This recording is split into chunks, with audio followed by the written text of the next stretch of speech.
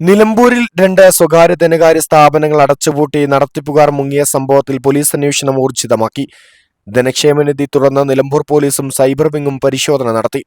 Nilambur CI R Rajendran Nair, SI Shijo V Thankachan എന്നിവരാണ് ജീവനക്കാരുടെ സാന്നിധ്യത്തിൽ നിലമ്പൂർ മിനി ബൈപ്പാസ് റോഡിലെ ധനക്ഷേമനിധി തുറന്ന പരിശോധന നടത്തിയത്. സ്ഥാപനത്തിൽ രേഖകൾ പോലീസ് പരിശോധിച്ചു. നിധിയിൽ നിക്ഷേപം നടത്തിയവരുടെയും വായ്പയെടുത്തവരുടെയും വിവരങ്ങളും പോലീസ് ശേഖരിച്ചു. മാനേജർ സ്മിത ഉൾപ്പെടെയുള്ള ജീവനക്കാരോട് പോലീസ് വിവരങ്ങൾ തേടി. നിലമ്പൂരിൽ 2017 മുതൽ പ്രവർത്തിച്ചു വരുന്ന കാരാട്ട് കുറീസ്, ധനക്ഷേമനിധി എന്നീ സ്ഥാപനങ്ങൾ കഴിഞ്ഞ ചൊവ്വാഴ്ചയാണ് അടച്ചുപൂട്ടിയത്. സ്ഥാപനങ്ങൾ പൂട്ടി ഉടമകളായ എടക്കര ഉണ്ണിച്ചന്തം സ്വദേശി KR സന്തോഷ്, എടക്കര മില്ലുംപടി സ്വദേശി P മുബഷിർ എന്നിവർ മുങ്ങിയെന്നാണ് പരാതി.